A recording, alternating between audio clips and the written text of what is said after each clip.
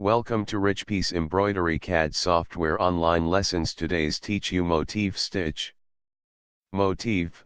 Motifs are usually small and simple objects, or symbols that are used repeatedly in several design. Select object and convert to motif stitch from object property.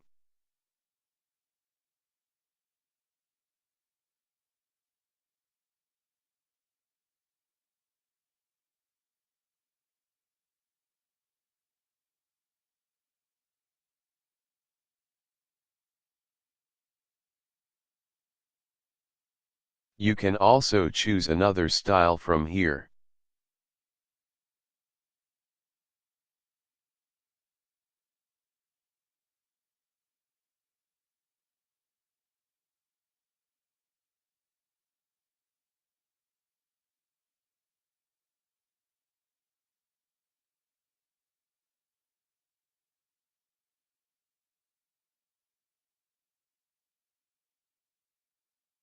You can adjust motif from object property.